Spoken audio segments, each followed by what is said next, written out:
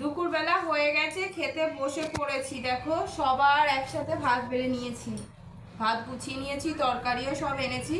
তা আজকে দুপুরবেলা কি রান্না হয়েছে চলো তোমাদেরকে সেটা দেখাই।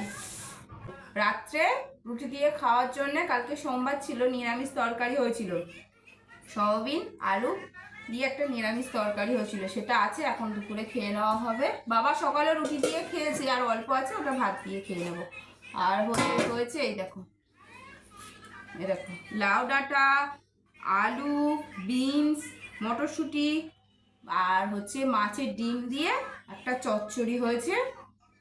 আর এদিকে হচ্ছে আজকে সকাল থেকে তো বৃষ্টি হচ্ছে, তেমন ভালো করে বাজারটা হয়নি করা। এই দেখো দেখতে পাচ্ছ কত গরম, এক্ষুনি সবে নামিয়েছি। এই দেখো বড় বড় কাটা রুই দিয়ে আলু দিয়ে মাছ দিয়ে ঝোল করেছি। সবজি আর ভালো লাগছে না, ওই জন্য সবজি দিয়ে করিনি, আজকে শুধু আলু দিয়ে করেছি। তা চলো আজকে দুপুরবেলার মেনু আমাদের এই, চলো খেয়ে নেওয়া যাক।